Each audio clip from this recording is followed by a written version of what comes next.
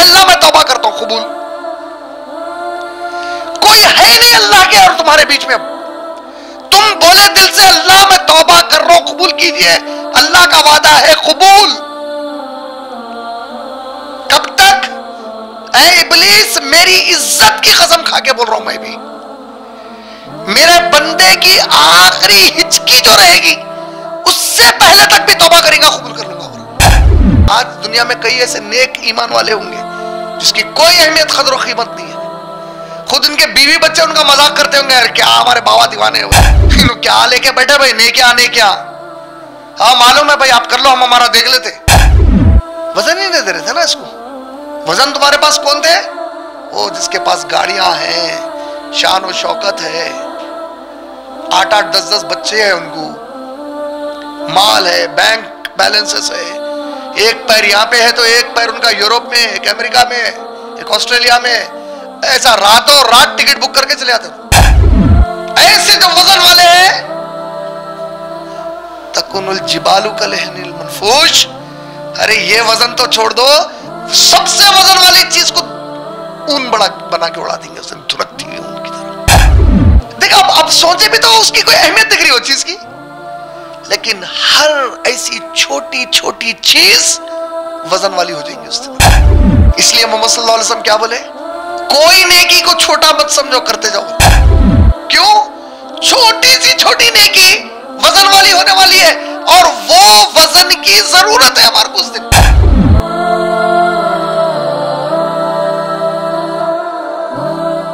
अस्सलामु अलैकुम वरहमतुल्लाहि वबरकातुहू। बिस्मिल्लाहिर्रहमानिर्रहीम।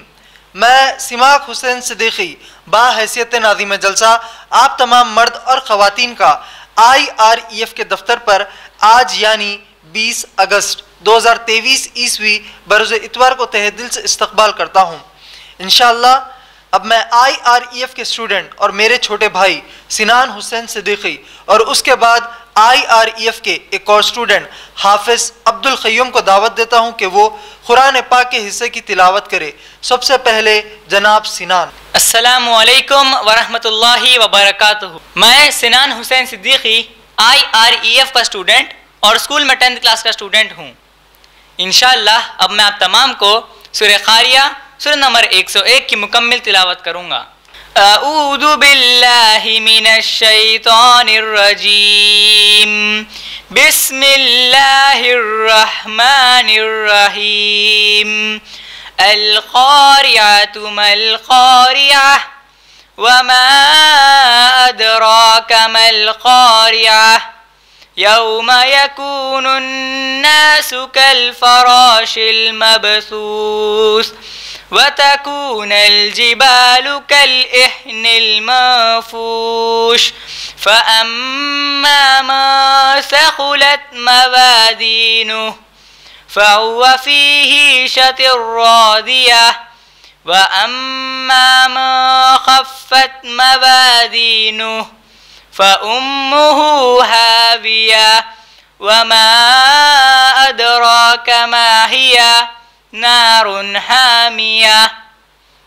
जज़ाकल्लाह खैर व आखिर दावान अल्हम्दुलिल्लाहि रब्बिल आलमीन। बिस्मिल्लाहिर्रहमानिर्रहीम। आप तमाम का मैं इस्लामी तरीक़े से इस्तक़बाल करता हूँ। अस्सलामु अलैकुम वरहमतुल्लाहि वबरकातुहू। मैं अब्दुल क़य्यूम बिन अब्दुल हफ़ीज़ मोहम्मद इंशाअल्लाह आप तमाम के सामने सूरत तकासुर सूरा नंबर 102 की मुकम्मल तिलावत करूँगा। अऊज़ु बिल्लाहि मिनश शैतानिर रजीम।